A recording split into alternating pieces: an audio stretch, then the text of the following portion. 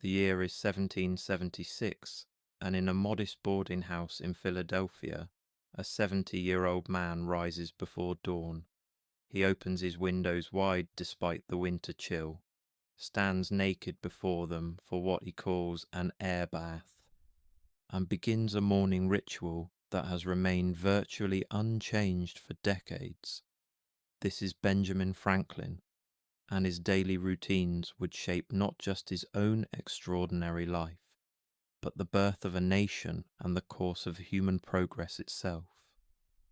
But to understand why this single man's habits matter so profoundly, we must travel back to his beginning, to a world where a poor candlemaker's son would transform himself through sheer discipline and routine into one of history's most influential figures.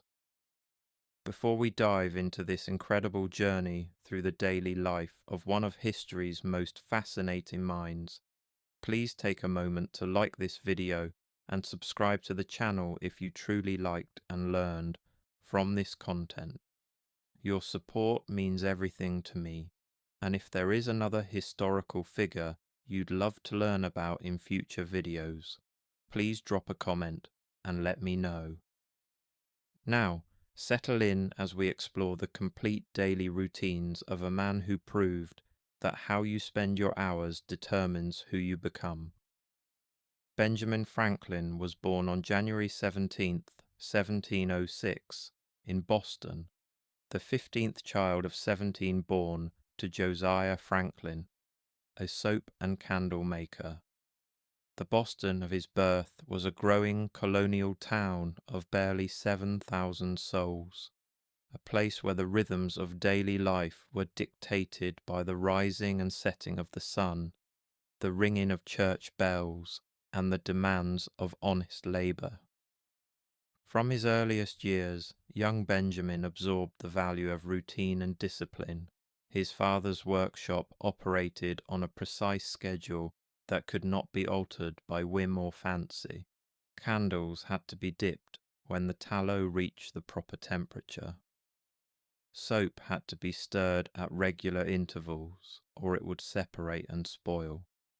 The family rose with the sun and retired soon after darkness fell, conserving expensive candle and lamp oil for only the most necessary tasks.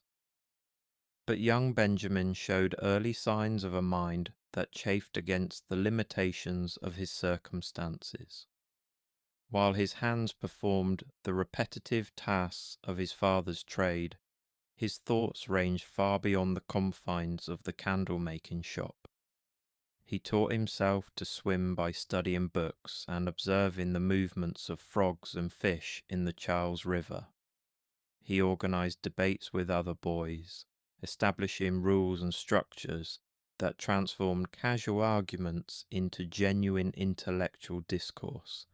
His father, recognizing that this particular son was unsuited for the family business, apprenticed him at age 12 to his older brother James, who had recently established a printing business. This decision would prove transformative, not just because of the trade Benjamin would learn, but because of the daily routines that printing imposed upon him. The printing house operated according to strict schedules that made his father's workshop seem almost leisurely by comparison.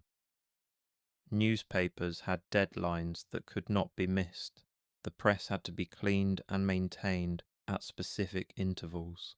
Type had to be set, proofed, corrected, and printed in an unvarying sequence. Any deviation from these routines meant financial loss and damaged reputation. Benjamin absorbed these lessons about the power of systematic work habits. He also discovered that the printing house gave him access to something he craved more than food: books. Printers received volumes from customers who wanted materials reproduced, and young Benjamin developed a habit that would shape the rest of his life. He would borrow these books overnight, reading by candlelight until his eyes ached, then return them before they were missed. To maximize his reading time, Benjamin developed his first great personal routine. He became a vegetarian, not primarily for ethical reasons, but because it was cheaper and faster than eating meat. The money he saved on meals he spent on books. The time he saved by eating simple vegetarian fare he devoted to reading. This pragmatic approach to structuring his life around his true priorities would become a defining characteristic. By age 16, Benjamin had also established another routine that would serve him throughout his life. He began writing. Using the pseudonym Silence Dogood, he composed essays that he slipped under the door of his brother's printing shop at night. These essays, written in the voice of a middle-aged widow, demonstrated wit, intelligence, and social commentary that captured the attention of Boston's readers. The writing routine Benjamin established during these years was meticulous. He would read essays by great writers, take notes on their arguments and structures, then set the notes aside for several days. Later, he would attempt to reconstruct the essays from memory, then compare his versions to the originals.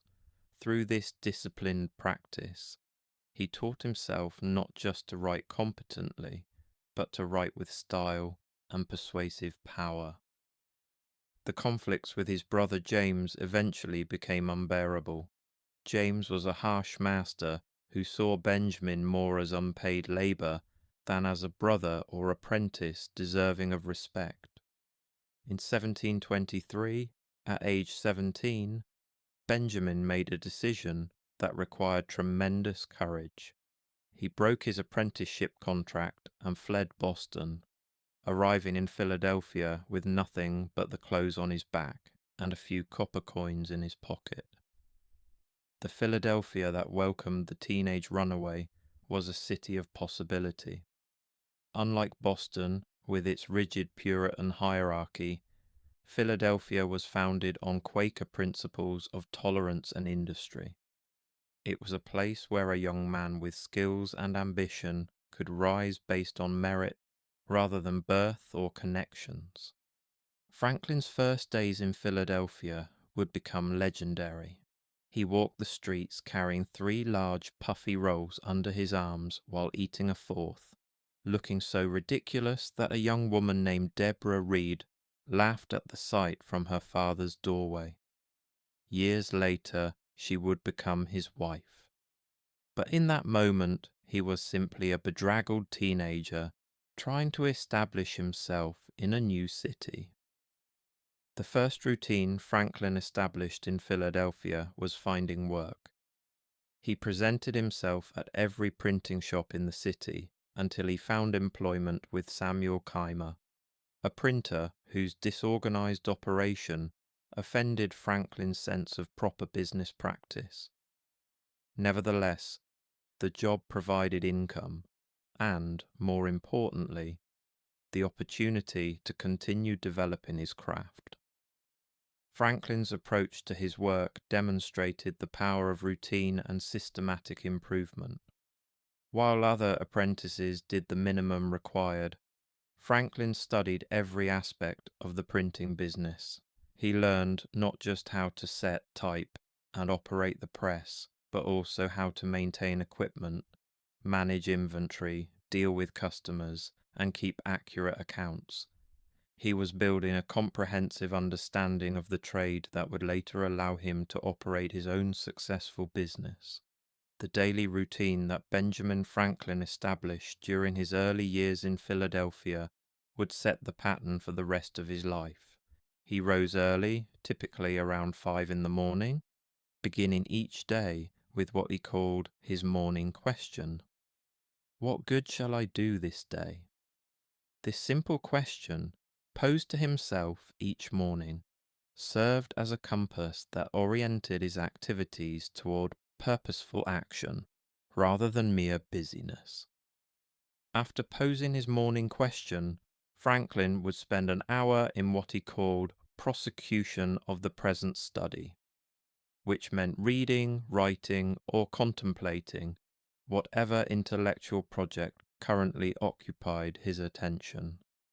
This morning's study time was sacred to him, protected from interruption by his careful scheduling of the day's other activities. By 6 or 7, Franklin would breakfast, typically on simple fare. His vegetarian experiments had given way to a more flexible diet, but he maintained the habit of eating quickly and without fuss. Meals were fuel, not entertainment, and he begrudged the time that elaborate dining required.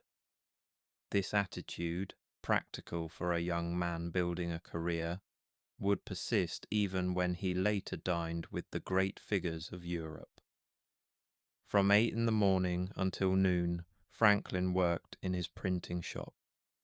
These 4 hours were intensely productive, focused on the actual labor of printing newspapers, pamphlets, and books. Franklin approached this work with systematic efficiency, organizing the shop to minimize wasted motion and maximize output. He noticed that his competitors often worked longer hours, but produced less because they lacked his methodical approach to the work. The midday break from noon until 2 was Franklin's time for reading, organizing his accounts, and eating a light dinner. He had observed that large midday meals made him drowsy and less productive in the afternoon, so he cultivated the habit of eating sparingly at midday, saving his appetite for a more substantial evening meal when the day's work was done. The afternoon work period, from 2 until 6, followed the same productive pattern as the morning. Franklin believed that the human mind naturally flagged in the early afternoon, so he assigned himself tasks during these hours that required physical effort rather than intense mental concentration. This was when he did the manual labor of the printing trade, mixing ink, preparing paper, cleaning the press, and organizing supplies. At 6 in the evening, Franklin would close the shop and turn his attention to what he called putting things in their places. This routine of organizing his workspace, filing away the day's correspondence, and preparing for the next day's work was, he believed, essential to maintaining efficiency. A disordered workspace, he observed, led to a disordered mind, and wasted time searching for misplaced items. Supper was taken around 7, followed by what Franklin called music or diversion or conversation. This evening period was when he allowed himself social pleasures, meeting with friends to discuss politics, philosophy, or science. But even his socializing followed certain routines. He organized discussion groups that met on regular schedules, with agreed upon topics and structures that kept conversation intellectually productive rather than merely entertaining. The most famous of these groups was the Junto, which Franklin established in 1727 when he was 21 years old.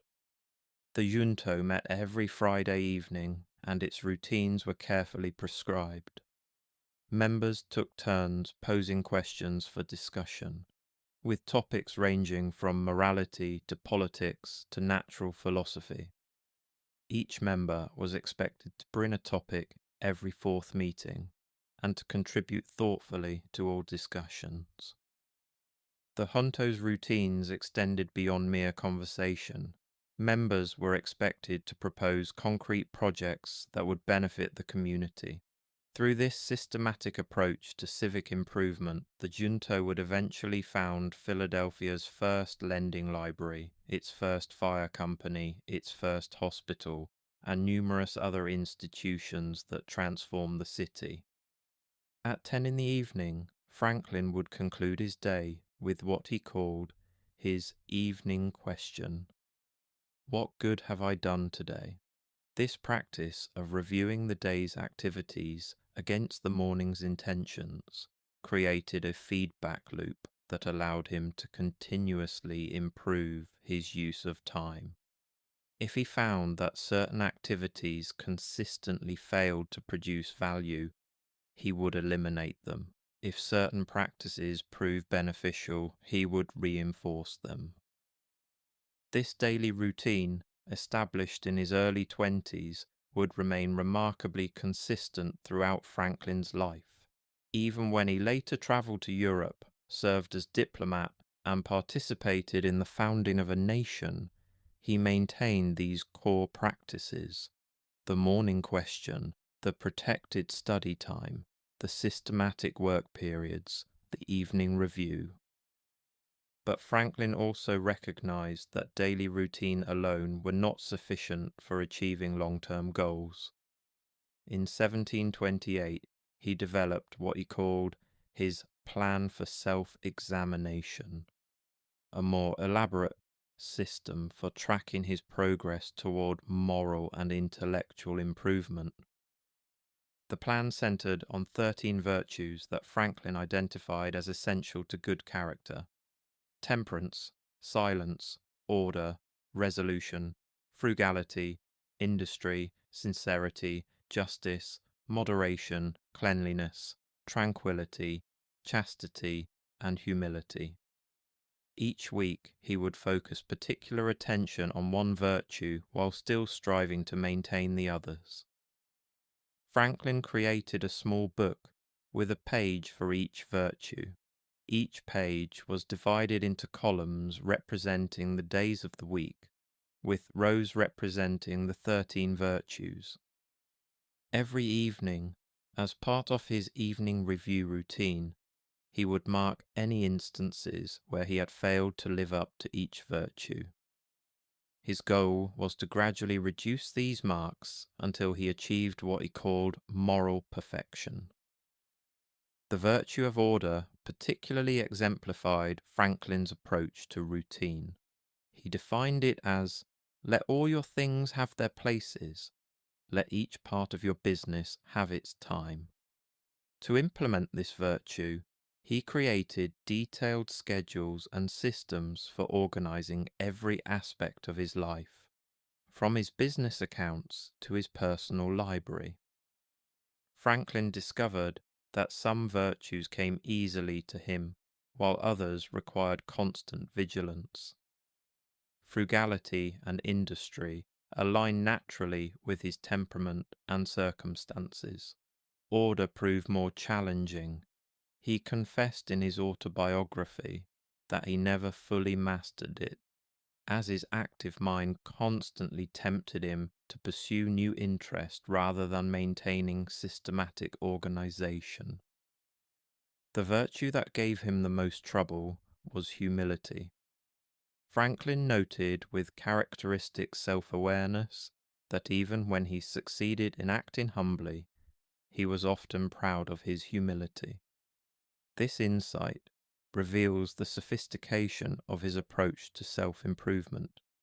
He understood that genuine character development required more than just behavioral changes. It demanded ongoing self-examination and honest acknowledgement of one's limitations. By 1730, Franklin had established himself sufficiently in Philadelphia to marry Deborah Red, the same woman who had laughed at him carrying those ridiculous roles years earlier. Marriage brought new routines into his life, but also reinforced existing ones. Deborah managed their household with efficiency that matched her husband's approach to business, freeing him to focus on his various projects and enterprises. The printing business flourished under Franklin's systematic management. While competitors worked haphazardly, responding to whatever crisis or opportunity presented itself, Franklin planned his work weeks in advance. He knew precisely how long each job would require, scheduled accordingly, and built his reputation on reliability rather than promises. One routine that particularly enhanced Franklin's business success was his practice of being seen working early and late. He made a point of pushing a wheelbarrow of paper through the streets himself, rather than hiring someone to do it. He worked visibly by candlelight in his shop window after other businesses had closed. These demonstrations of industry were calculated to impress potential customers and counter any suggestion that he was a frivolous young man. But Franklin's routines extended far beyond his business. In 1731, he realized that Philadelphia lacked a public library, a serious deficiency for a growing city with intellectual pretensions. Rather than simply lamenting this absence, Franklin implemented a systematic approach to creating one. He began by proposing the project to the junto, his discussion group. Following their regular procedures for evaluating civic improvements, the group debated the idea, refined the proposal, and committed to supporting it. Franklin then created a subscription model where 50 members would each contribute 40 shillings initially and 10 shillings annually to purchase books that all members could borrow. The Library Company of Philadelphia, as it became known, operated according to strict routines that Franklin established. Books could only be borrowed at specific hours on certain days. Members who returned books late-faced fines. Damaged books had to be replaced at the borrower's expense. These rules, seemingly harsh, were necessary to ensure that the shared resource remained available to all members. Franklin's daily routine now included time at the library, typically in the late afternoon after his printing work was done. He would browse new acquisitions, borrow books on topics related to his current interests, and engage in conversations with other members. This routine exposure to diverse ideas and thinkers contributed substantially to his intellectual development. Around 1732, Franklin began publishing Poor Richard's Almanac, an annual publication that would make him famous and wealthy. The almanac followed the standard format of such publications: calendars, astronomical information, weather predictions, and useful tables. But Franklin added something unique: witty sayings and practical wisdom that made Poor Richard's Almanac far more popular than competing publications. The routine of producing Poor Richard's Almanac each year imposed a welcome discipline on Franklin's writing. He had to complete each edition by specific deadlines to ensure publication before the new year. This forced him to maintain consistent productivity rather than waiting for inspiration to strike. The sayings he crafted for the almanac reflected his own philosophy of routine and discipline. Early to bed and early to rise makes a man healthy, wealthy, and wise. Lost time is never found again. He that rises late must trot all day. These weren't merely clever phrases, but expressions of principles Franklin actually lived by. The almanac's success came partly from readers recognizing that Poor Richard's advice reflected genuine wisdom rather than empty moralizing. By the mid-1730s, Franklin's business success had made him financially comfortable, though far from wealthy. He used this security to expand his routine to include more time for scientific investigation and public service. His curiosity about natural phenomena, particularly electricity, was beginning to occupy substantial portions of his study time. Franklin approached scientific investigation with the same systematic methodology he applied to everything else. When he began experimenting with electricity, he established regular times for conducting experiments, kept meticulous notes, replicated his results to ensure they were reliable, and corresponded with other natural philosophers to share findings and theories. His famous kite experiment conducted in June 1752, wasn't a spontaneous inspiration, but the culmination of careful planning and systematic investigation. Franklin had developed a theory about the electrical nature of lightning through months of observation and experimentation. The kite experiment was designed to test a specific hypothesis, conducted under carefully chosen conditions with appropriate safety precautions. The routine of scientific investigation that Franklin established influenced his approach to practical inventions. He didn't simply stumble upon improvements to existing technology. He systematically identified problems, analyzed their causes, and designed solutions based on sound principles. The Franklin stove, bifocal glasses, and the lightning rod all emerged from this methodical approach to innovation. By 1748, Franklin had achieved sufficient business success to retire from active management of his printing operations, though he retained ownership and collected profits from partnerships he had established. This retirement at age 42 wasn't a withdrawal from productive activity, but a reallocation of time toward pursuits he found more intellectually satisfying. His daily routine shifted dramatically during this period. The hours previously devoted to printing were now available for scientific investigation, civic projects, and eventually political service. But the underlying structure of his day remained consistent. Early rising, morning study, systematic work on projects, evening review. Franklin's retirement routine included substantial time devoted to correspondence. He maintained relationships with dozens of intellectuals across Europe and America, and his letters were famous for their wit, wisdom, and scientific content. He established specific times for writing letters, typically in the morning when his mind was freshest, and he kept copies of all significant correspondence for future reference. The routine of regular correspondence served multiple purposes for Franklin. It kept him connected to the latest developments in science and philosophy. It allowed him to influence events and opinions in places he couldn't physically visit. And it created a written record of his thinking that would prove invaluable to historians and biographers. As Franklin's scientific reputation grew, his daily routines adapted to accommodate new responsibilities and opportunities. In 1751, he was elected to the Pennsylvania Assembly, beginning a political career that would eventually consume much of his time and energy.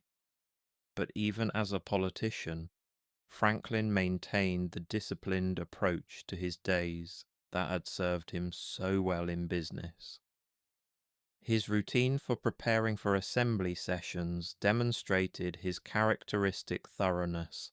He would study the issues to be debated, research precedents and relevant laws, and prepare detailed notes on his positions.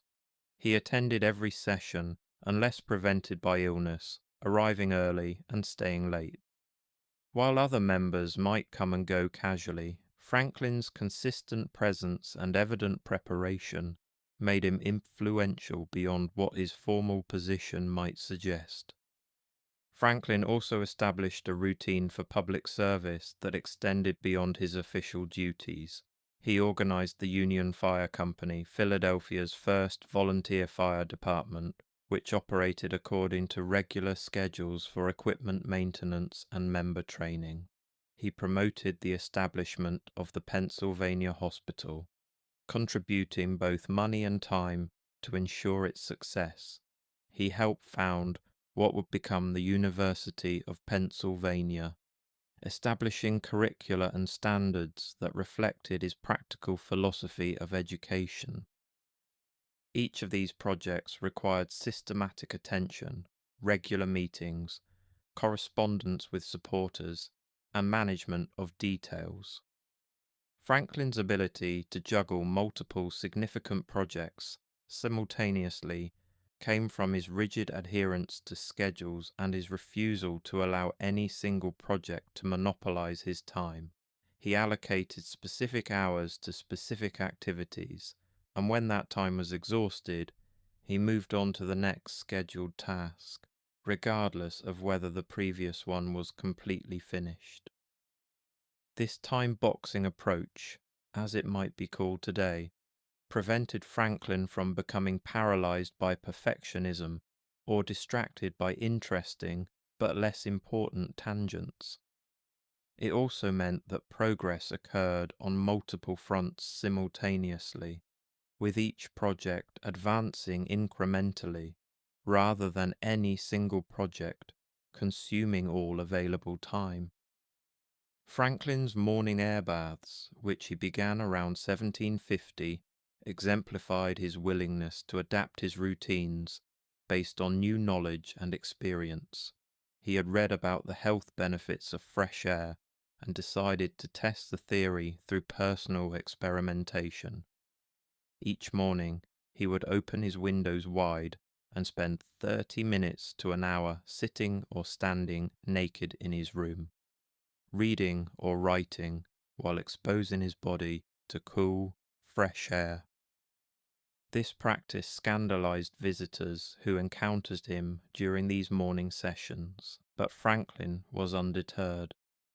He believed that the stuffiness of heated rooms contributed to illness, and his own experience seemed to confirm that his air bath routine improved his health and vigor. He maintained this practice for the rest of his life, even during diplomatic postings in Europe, where servants were shocked to find the elderly American ambassador sitting naked by an open window in winter. The air bath routine also reflected Franklin's empirical approach to self-improvement. He didn't simply accept conventional wisdom about health and hygiene. He tested theories through personal experimentation and adopted those practices that produced beneficial results. This evidence-based approach to daily routines made him remarkably modern in his attitudes toward health and wellness. In 1757, Franklin's life routine underwent a major disruption when he was sent to London as Pennsylvania's agent to the British government. This diplomatic posting, initially expected to last a few months, would extend to 5 years, followed by another extended posting years later. These European sojourns forced Franklin to adapt his routines to new circumstances while maintaining their essential structure. The voyage to England took 6 weeks, during which Franklin established shipboard routines that maximized his productivity despite the confined quarters and limited resources. He studied French, conducted scientific observations of ocean currents and water temperature, and wrote extensively in his journal.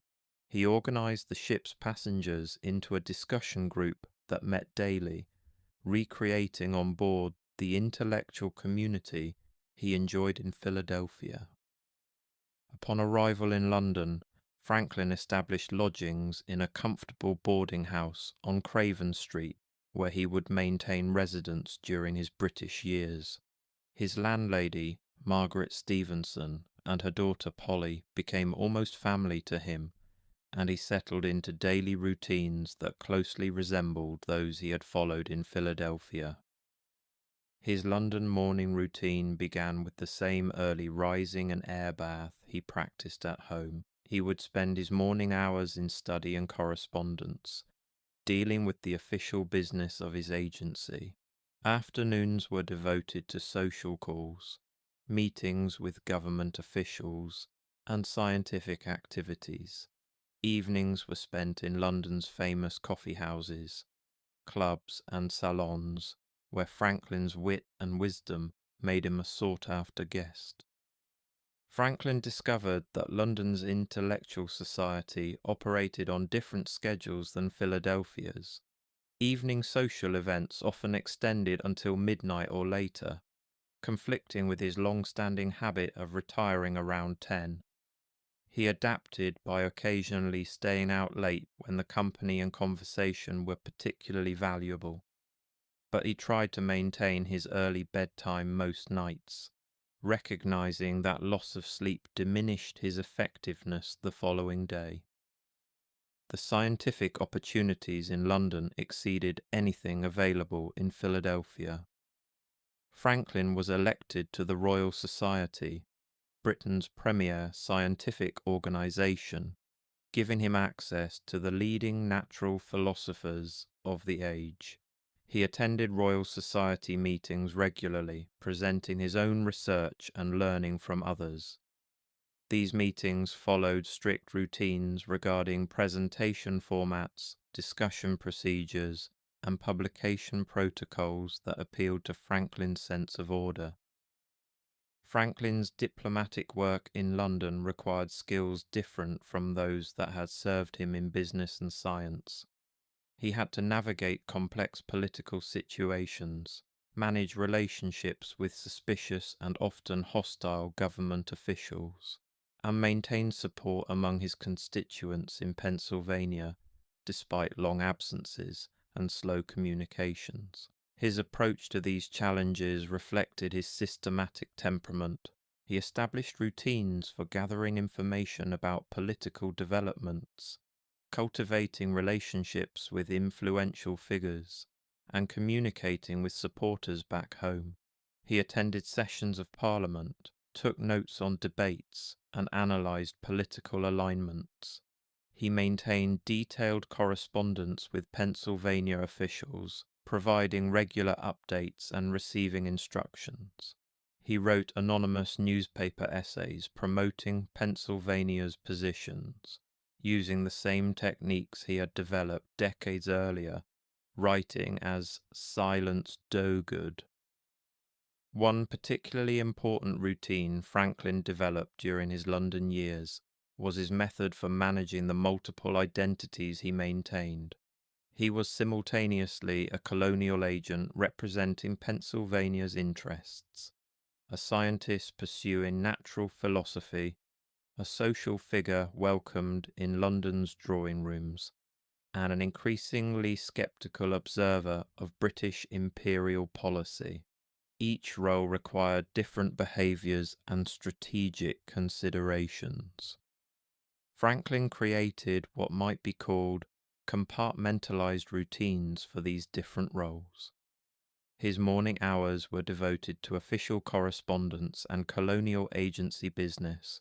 Afternoon scientific activities kept him connected to the Royal Society and the international community of natural philosophers. Evening social engagements allowed him to gather political intelligence and influence opinion through informal conversation. He moved between these roles smoothly, but he maintained clear boundaries that prevented conflicts and confusion. The Franklin stove, which he had invented years earlier, became popular in London during his residence there. He had refused to patent the invention, believing that useful discoveries should benefit everyone rather than enriching their inventors. This decision cost him potential fortune but enhanced his reputation for public-spirited generosity. His refusal to profit from his inventions became part of his daily routine of living according to his stated principles, rather than pursuing maximum financial gain. Franklin returned to Philadelphia in 1762, resuming the daily routines that had been interrupted by his diplomatic service.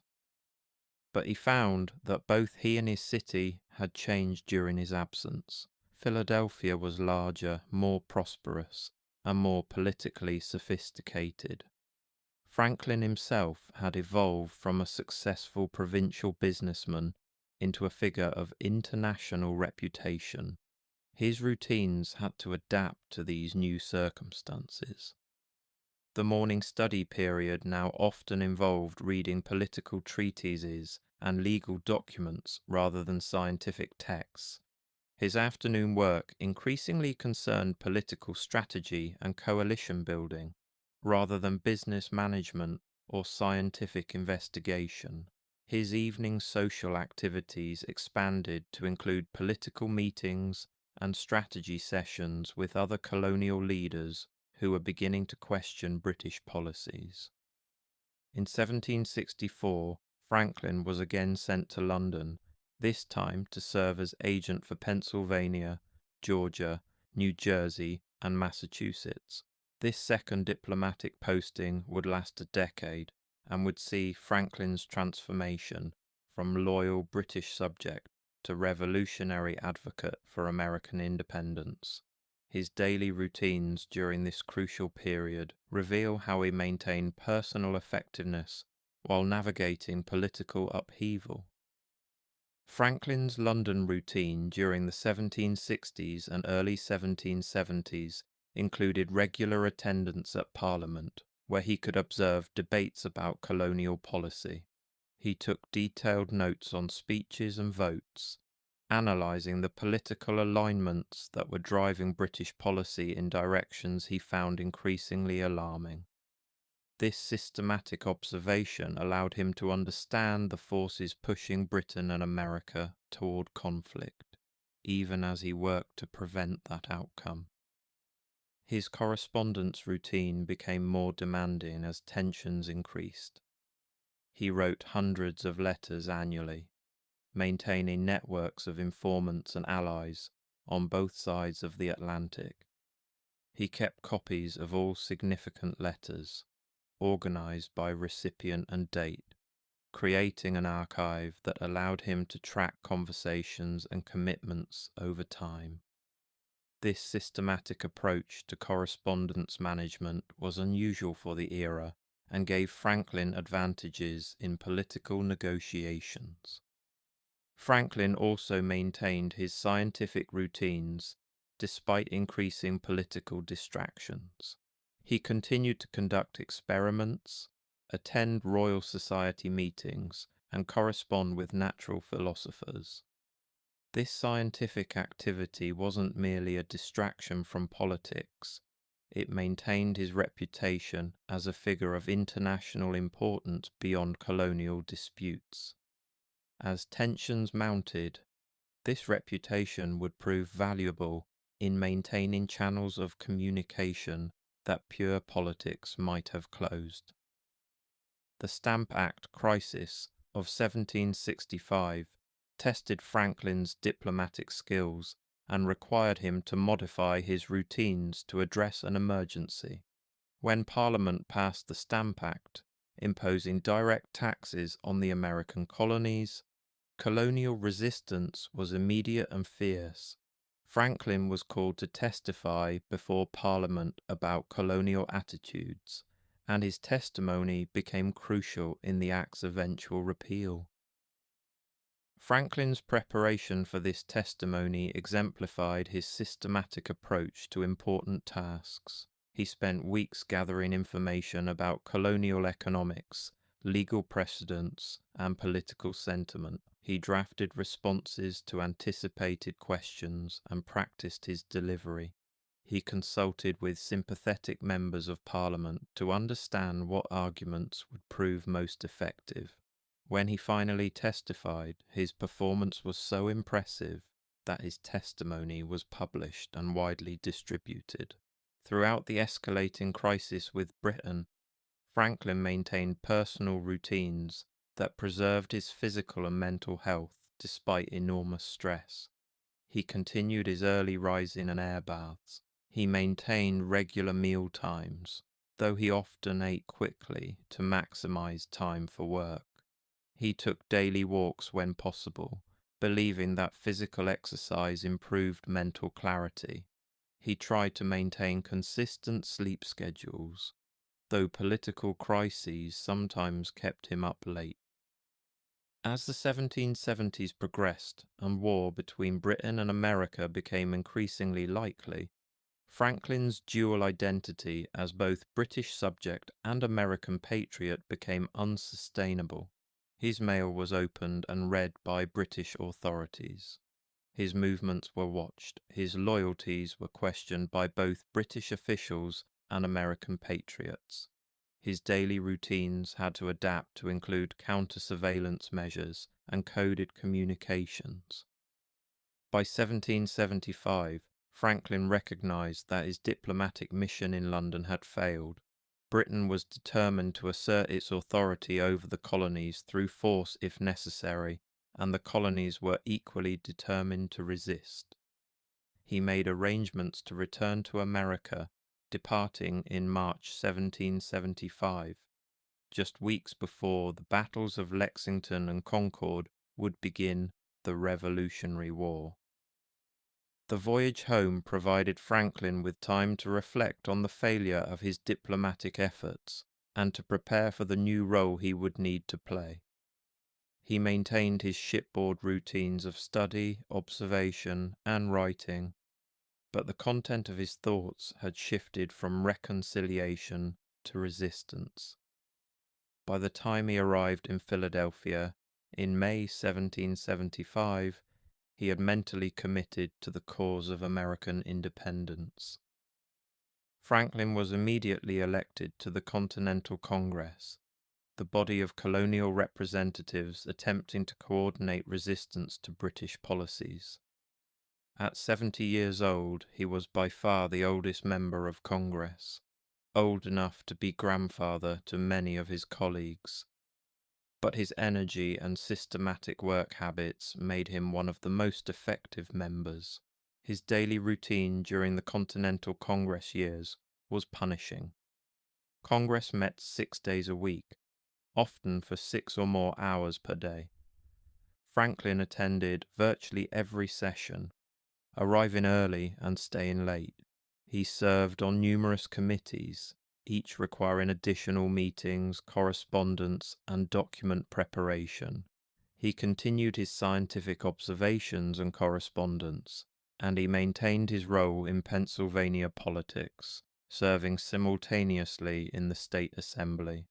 The routine that allowed Franklin to manage these multiple demanding roles was the same time-structured approach he had used throughout his life.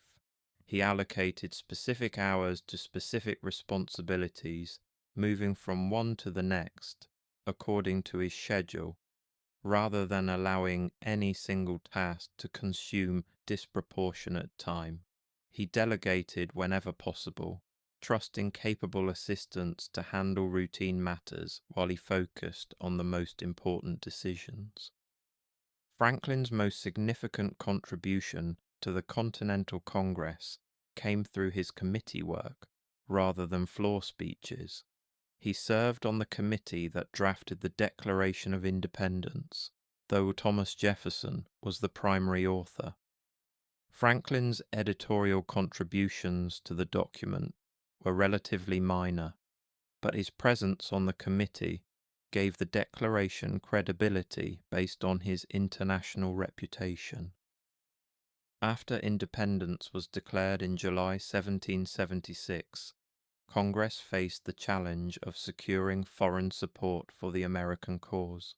Britain was the world's most powerful nation, with a professional army and the world's largest navy. America was a collection of agricultural colonies with no navy and only militia forces. Without foreign assistance, particularly from France, American independence seemed unlikely to succeed. Congress chose Franklin to lead the diplomatic mission to France, recognizing that his scientific reputation and philosophical interest made him uniquely qualified to appeal to French intellectuals and court figures. At 70 years old, facing another arduous Atlantic crossing and years abroad, Franklin might have declined this assignment, but his sense of duty to the cause of independence overrode considerations of age and comfort. The voyage to France in late 1776 was more dangerous than Franklin's previous Atlantic crossings. British warships patrolled the American coast, and capture would mean imprisonment or execution for treason. Franklin's routine during this voyage included constant vigilance for enemy ships, preparation of diplomatic materials, and contingency planning for various scenarios he might face in France.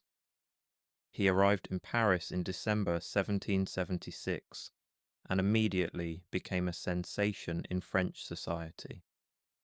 The French intelligentsia, influenced by Enlightenment philosophy and hungry for exotic figures, viewed Franklin as the embodiment of natural wisdom and republican virtue. His simple clothing, fur cap, and avoidance of aristocratic pretensions made him seem like Rousseau's natural man brought to life. His scientific achievements gave him credibility. His wit and charm made him irresistible to French salon society. Franklin established his residence in Passy, a suburb of Paris, where he created daily routines that balanced diplomatic responsibilities with the social demands of French court life. His morning routine remained similar to his lifelong practice: early rising, air bath, study, and correspondence. But his afternoons and evenings now involved constant social engagements that were actually crucial diplomatic work disguised as pleasure. French court society operated according to elaborate protocols and schedules that Franklin had to master. The royal court at Versailles followed precise daily routines, with specific times for rising, dressing, dining, audiences, and entertainments. Franklin attended court regularly, timing his appearances to maximize opportunities for conversations with influential figures. He studied French court etiquette, learning when to bow, how to address various ranks of nobility, and how to navigate the complex web of court factions and rivalries. But Franklin also recognized that much of the real diplomatic work in France occurred not at formal court events, but in the salons hosted by influential women of Parisian society. These salons met on regular schedules, and Franklin arranged his calendar to attend the most important ones. At these gatherings, he could have lengthy conversations with ministers, generals, and intellectuals in a relaxed atmosphere, where his wit and wisdom made maximum impact. The diplomatic negotiations with France were lengthy and complex, requiring patience and persistent effort over many months. Franklin established routines for these negotiations that involved regular meetings with French Foreign Ministry officials, preparation of memoranda outlining American needs and French interest, and coordination with his fellow American commissioners John Adams and Arthur Lee. These negotiations were complicated by the fact that France was officially at peace with Britain and had to maintain the pretense of neutrality while secretly supporting American independence. Franklin had to communicate carefully, ensuring that his written correspondence could be intercepted and read by British spies without revealing the full extent of French assistance. The daily routine that Franklin maintained during his French mission demonstrated remarkable adaptability combined with consistency in core practices. He continued to rise early and begin his day with study, though the subjects of his study now included French diplomatic correspondence, intelligence reports, and strategic analyses. His morning correspondence now involved managing communications with Congress, coordinating with other American agents in Europe, and responding to the endless requests for money, supplies, and diplomatic recognition that arrived from America. Franklin's afternoon routines in France included what might be called social diplomacy, attending salons, coffee houses, and gatherings where he could influence opinion and gather intelligence about French political developments. These social occasions were exhausting for a man in his 70s, but Franklin recognized their importance and made them part of his systematic approach to achieving his diplomatic goals. One particularly important routine Franklin established in France was his weekly salon at his Passy residence. Every Friday evening, he would host dinners for influential French figures, creating an informal setting where ideas could be exchanged and relationships strengthened.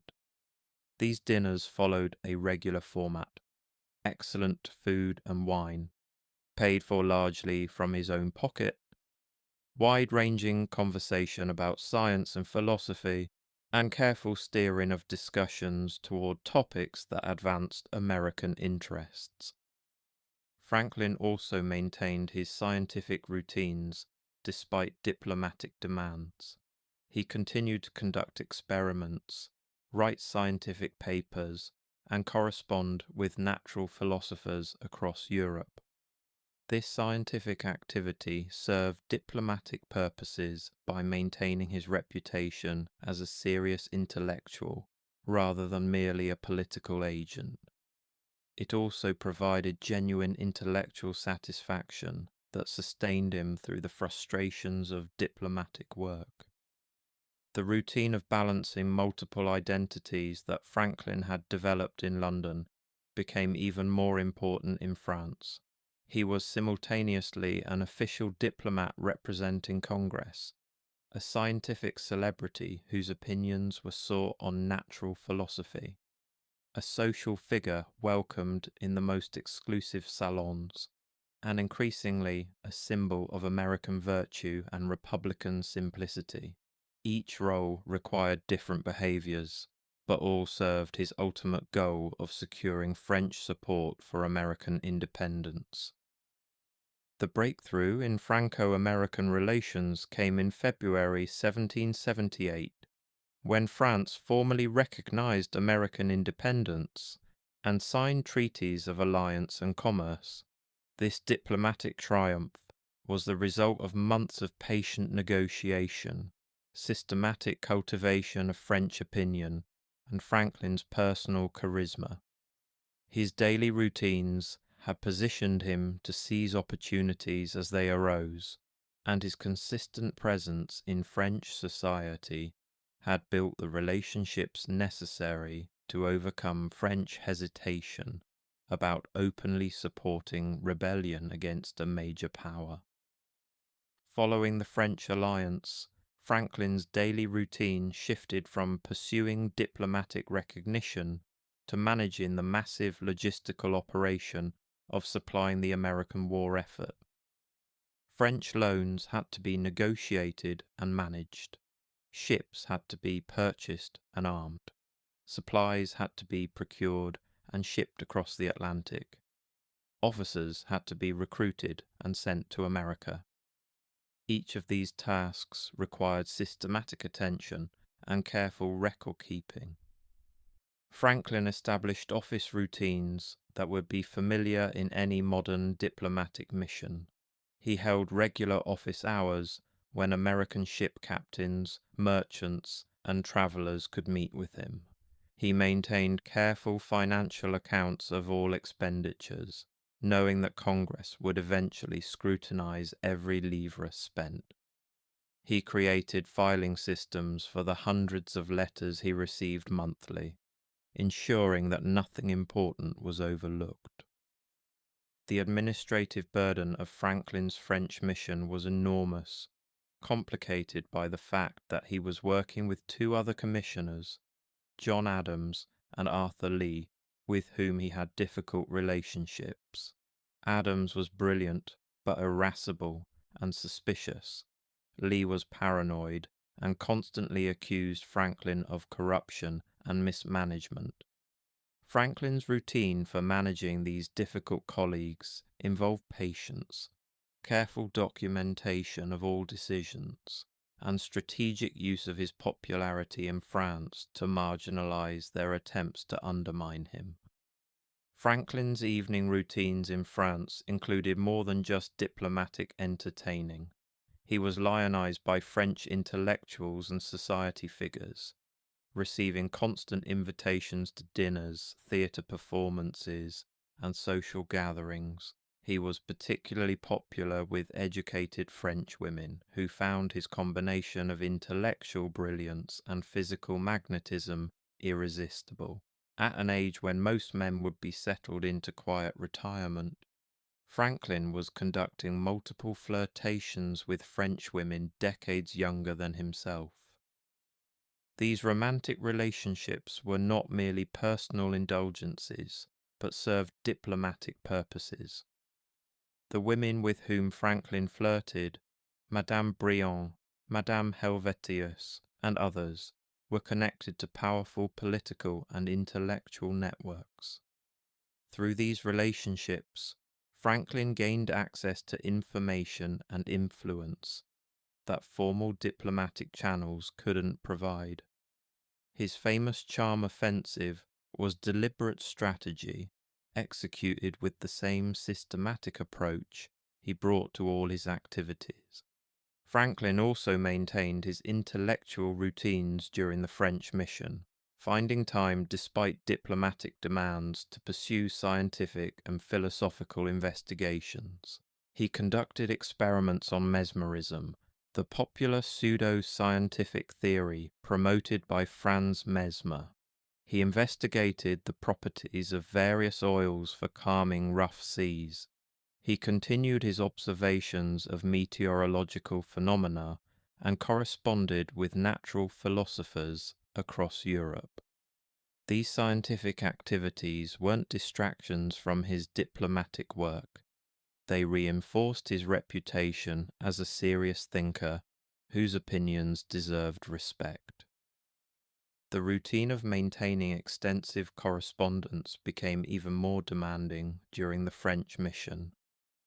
Franklin wrote hundreds of letters annually to Congress, to American officials, to French contacts, to scientific correspondents, and to friends and family.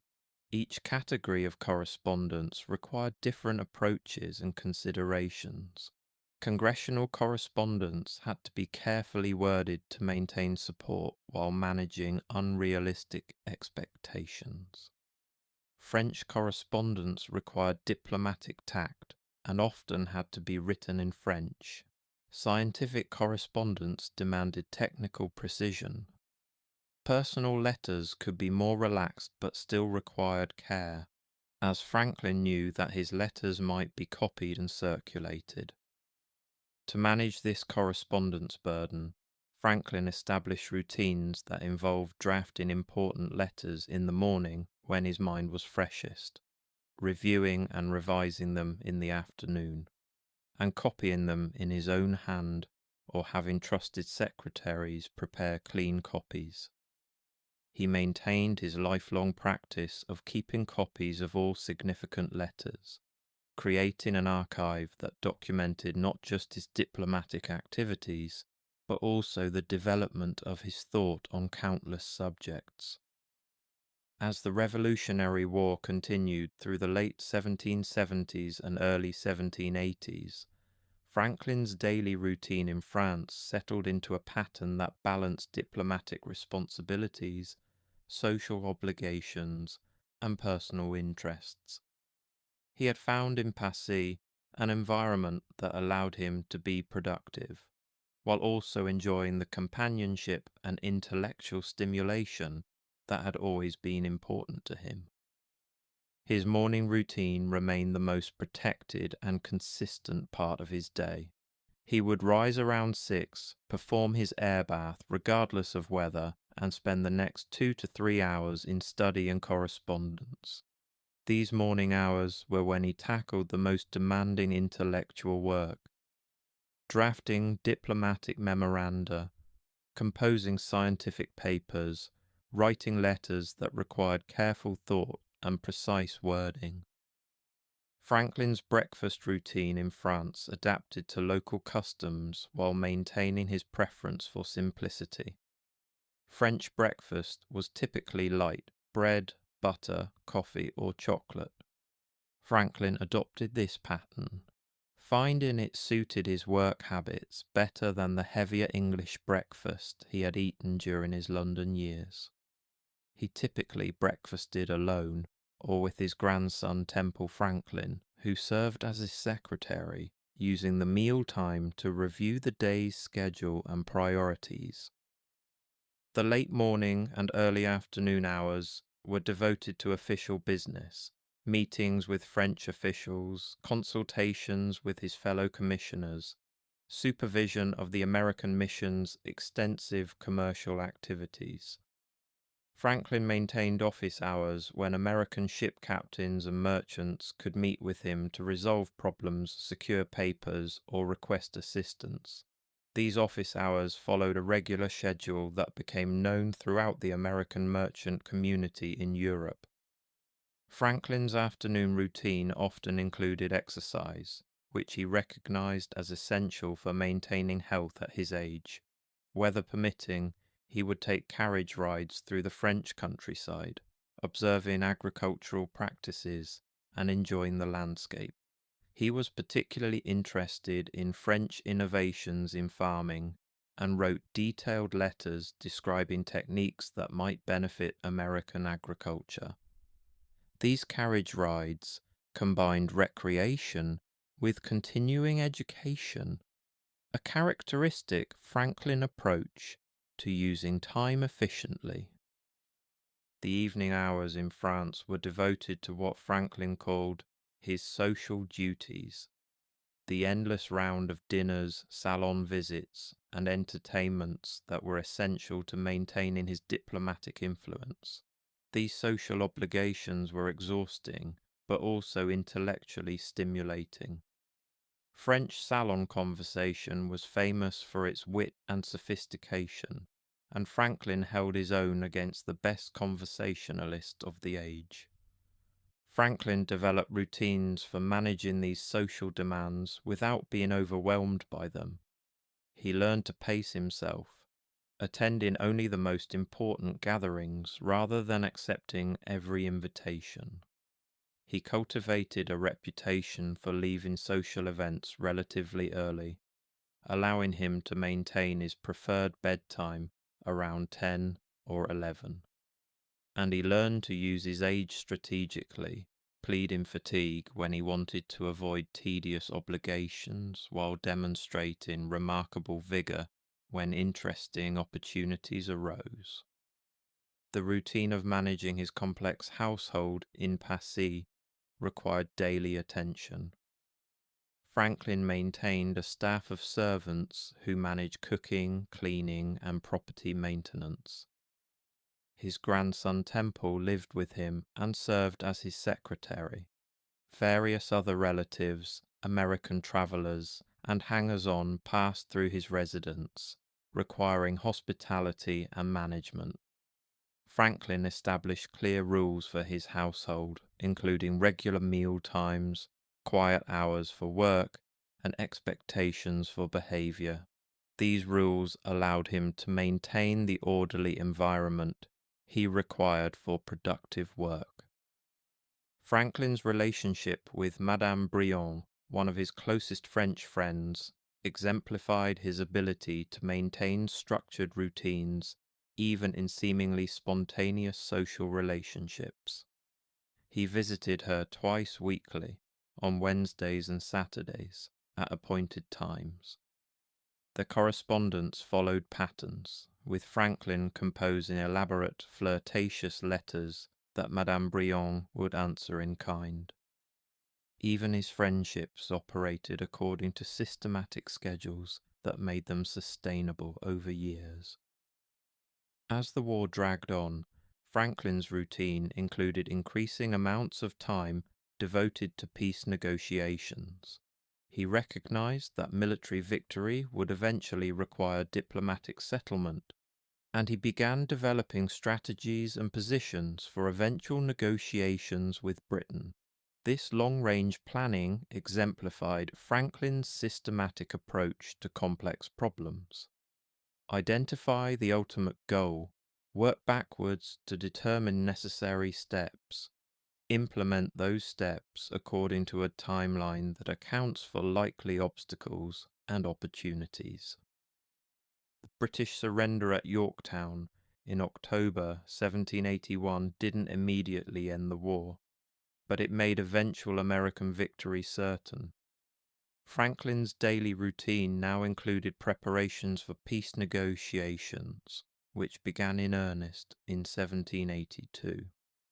These negotiations were among the most important diplomatic activities of Franklin's life, determining not just the terms of peace, but the territorial extent and international status of the new American nation. Franklin's approach to the peace negotiations demonstrated his characteristic combination of principled goals and pragmatic flexibility. He established clear objectives: British recognition of American independence, evacuation of British forces from American territory, American access to fishing grounds off Newfoundland, and extension of American territory to the Mississippi River. But he was willing to be flexible on less critical issues, recognizing that successful negotiation required give and take. The daily routine of the peace negotiations involved meetings with British representatives, consultations with his fellow American negotiators, John Adams and John Jay, discussions with French ministers about French interests in the peace settlement, and extensive correspondence with Congress about negotiating positions.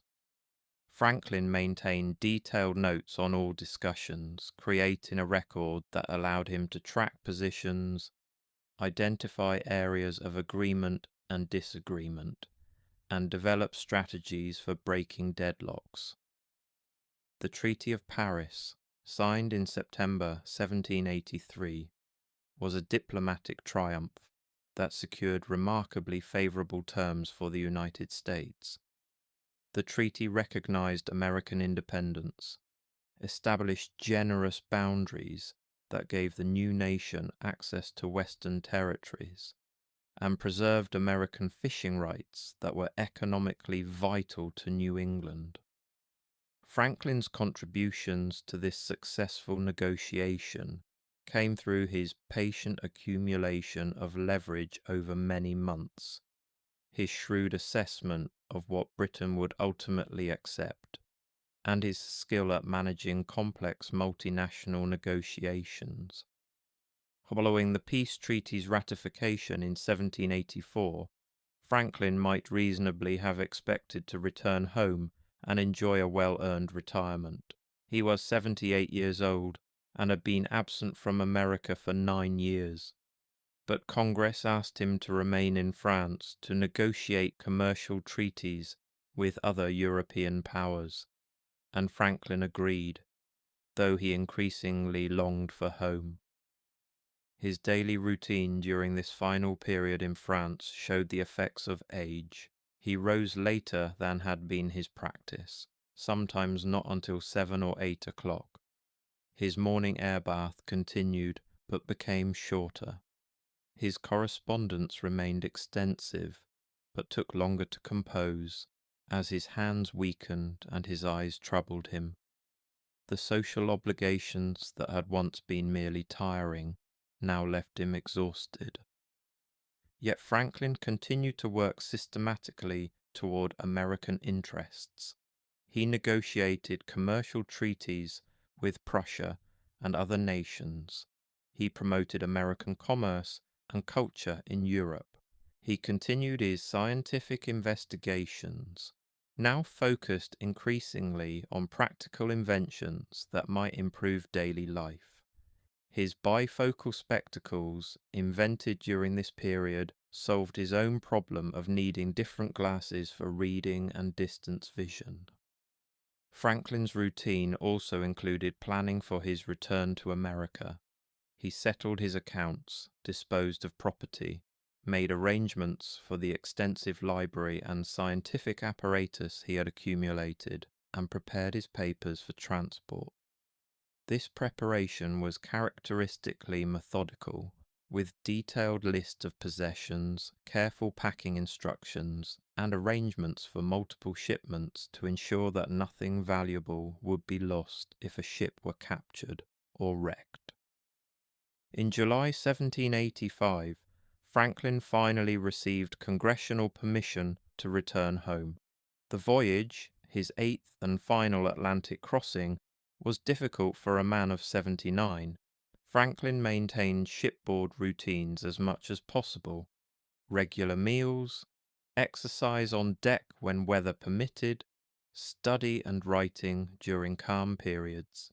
He used the voyage time to write what would become one of his most important works, his autobiography, which provided a detailed account of his early life and his system for moral improvement.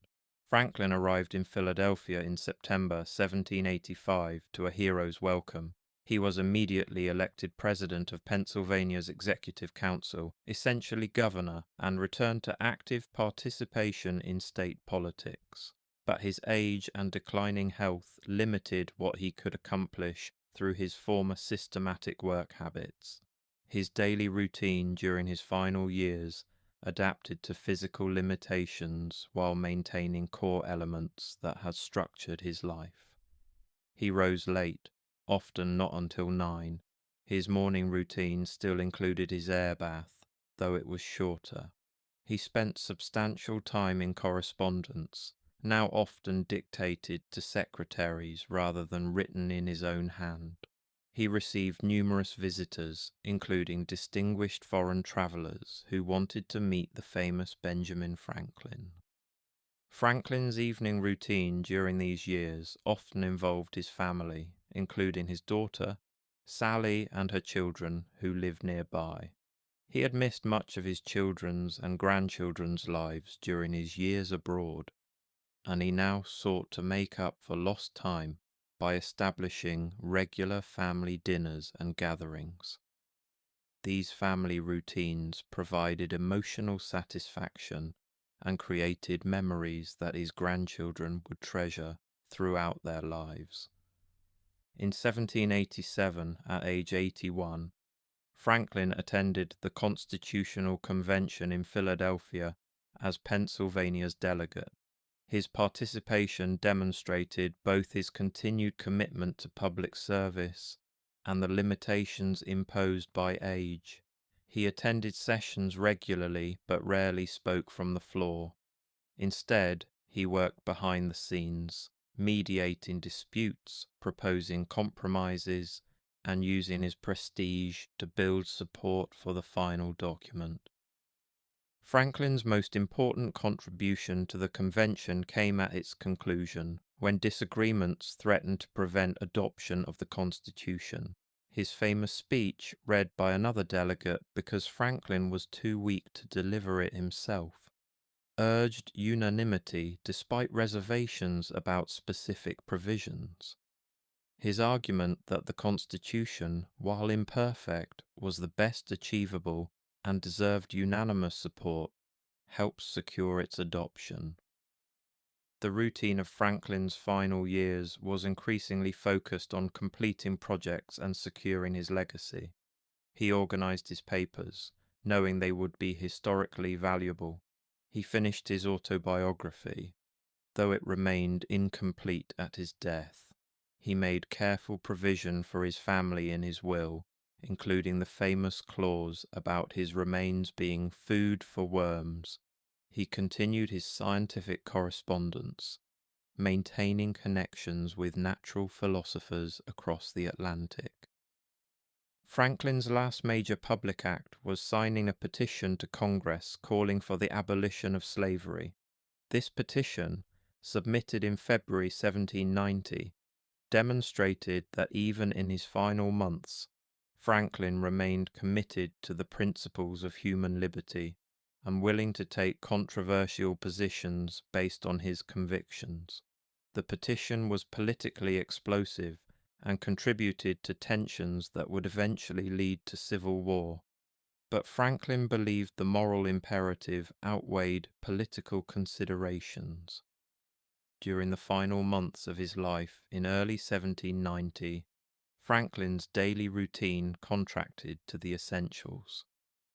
Pain from kidney stones and other ailments often confined him to bed or a chair. He could no longer maintain his lifelong practice of early rising and structured work periods. Yet even in these final weeks, he maintained routines that provided structure and meaning to his days. His morning routine, when he felt well enough, still included some form of air bath, though now it might mean simply sitting by an open window rather than standing naked in his chamber.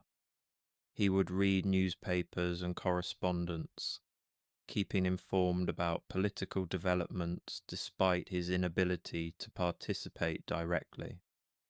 He received visitors, though visits were now limited to close friends and family who understood his fragile condition. Franklin spent substantial time during these final months in bed, where he continued to read, write, and think despite physical discomfort. His daughter Sally described him maintaining his intellectual engagement until the very end, discussing politics, science, and philosophy with visitors even when pain made conversation difficult. This mental activity was itself a routine, a determination to remain intellectually alive regardless of physical decline. The routines that Franklin had established over 8 decades served him well in facing death.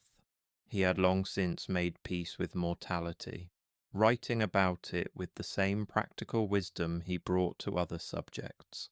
His famous epitaph, written decades earlier, reflected his view of death as a transition rather than an ending. The body of B. Franklin, printer, like the cover of an old book, its contents torn out and stripped of its lettering and gilding, lies here, food for worms. But the work shall not be wholly lost, for it will, as he believed, appear once more, in a new and more perfect edition, corrected and amended by the author. On April 17th, 1790, surrounded by family, Benjamin Franklin died peacefully at age 84. His death was mourned not just in America, but throughout the Western world, where he was recognized as one of the towering figures of the age. The French National Assembly declared 3 days of mourning, and eulogies were delivered in scientific societies, legislative bodies, and learned gatherings across Europe and America. Franklin's legacy extended far beyond his specific achievements as printer, scientist, inventor, writer, and diplomat. He had demonstrated through his own life the power of systematic daily routines to transform human potential. The questions he asked himself each morning: what good shall I do this day? And each evening, what good have I done today? Provided a simple but powerful framework for living purposefully. The 13 virtues he had identified as essential to good character: temperance, silence, order, resolution, frugality, industry, sincerity, justice, moderation, cleanliness, tranquility, chastity, and humility, represented an approach to self-improvement that was both practical and philosophically sophisticated. His method of focusing on one virtue each week while maintaining awareness of all 13 created a systematic program for character development that anyone could follow. Franklin's daily routines revealed fundamental insights about human productivity and achievement. His practice of early rising and morning study demonstrated the value of protecting time for important intellectual work before daily distractions arise. His systematic approach to work, dividing the day into scheduled periods for specific activities, showed how structure enables rather than constrains productivity. His evening review practice created a feedback loop, that allowed continuous improvement. The air bath routine that Franklin maintained for 4 decades exemplified his willingness to experiment with unconventional practices if evidence suggested they were beneficial. His insistence on testing theories through personal experience rather than simply accepting conventional wisdom made him remarkably modern in his approach to health and wellness. The fact that he maintained this practice despite social disapproval demonstrated conviction based on empirical results rather than social conformity.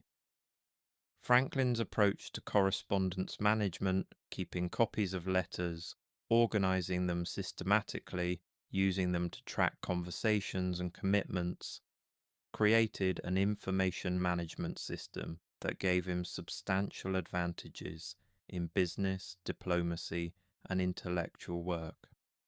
In an age before databases and search engines, his systematic filing and indexing allowed him to access information quickly and make connections across years of correspondence. The routine of regular attendance at meetings, whether the junto, the library company, the philosophical society, the Continental Congress, or the Constitutional Convention, demonstrated Franklin's understanding that consistent participation builds influence and creates opportunities that sporadic attendance cannot. His reputation for reliability made his presence valuable and his absence notable. Franklin's social routines, the regular salon evenings in France, the organized discussion groups in Philadelphia, the structured correspondence with friends, showed how systematic approaches to relationship building could create networks of influence and support. These weren't artificial manipulations, but genuine relationships structured in ways that made them sustainable over years and distance. The balance Franklin maintained between multiple interests and responsibilities came from his time-boxing approach to activities. By allocating specific hours to specific pursuits and moving on when that time was exhausted, he prevented any single interest from monopolizing his attention. This allowed simultaneous progress on multiple fronts: business success, scientific achievement, political influence, literary production.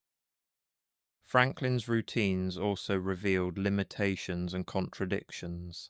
His pursuit of the virtue of order, by his own admission, was never fully successful. His time management, while excellent by the standards of his era, sometimes failed when confronted by overwhelming demands. His evening question, "What good have I done today?" sometimes required generous interpretation to find satisfactory answers.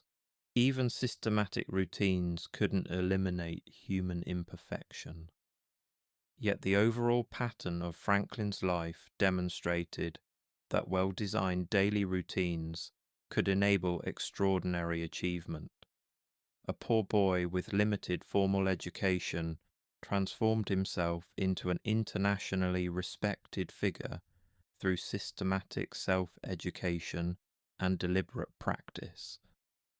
A provincial businessman became a leading scientist through structured investigation and careful documentation. A colonial politician became a founding father through patient cultivation of relationships and persistent service to public interests. The most remarkable aspect of Franklin's daily routines was their consistency across 8 decades and radically different circumstances, whether in Philadelphia or London or Paris, whether as printer or scientist or diplomat. Whether young or old, Franklin maintained core practices that structured his days and maximized his effectiveness. This consistency provided stability amidst the tumultuous changes of his era and ensured that his daily activities aligned with his long-term goals. As we reflect on Benjamin Franklin's extraordinary life from our own time, more than 2 centuries after his death, the routines he established seem both remarkably relevant and impossibly demanding. The digital distractions that fragment modern attention didn't exist in Franklin's world, but the fundamental challenges he faced, how to balance competing demands, how to maintain focus on important goals, how to continuously improve, how to serve purposes beyond oneself, remain universal. Franklin would likely be fascinated by modern productivity tools and time management techniques, but he would also recognize that the fundamentals haven't changed. The day still has 24 hours. Important work still requires protected time. Character still develops through deliberate practice. Achievement still demands consistency over time. His morning and evening questions remain as powerful now as when he first posed them. What good shall I do this day? And what good have I done today? These simple prompts, asked daily with genuine reflection, orient life toward purposeful action rather than mere activity. They transform routine from empty repetition into meaningful progress. And so, Benjamin Franklin's greatest gift to us may not be any single invention or insight, but the example of a life well lived through deliberate daily practice. He showed that we can design our routines to support our values, structure our time to achieve our goals, and through patient consistency over years, accomplish far more than we might imagine possible. As sleep now approaches, let Franklin's example remind us that tomorrow morning we too will face the question, what good shall I do this day? How we answer that question, and whether we review our answer each evening, may determine whether we merely pass through our days or truly live them. Thank you for listening and hope you enjoyed this story. Sleep well and good night.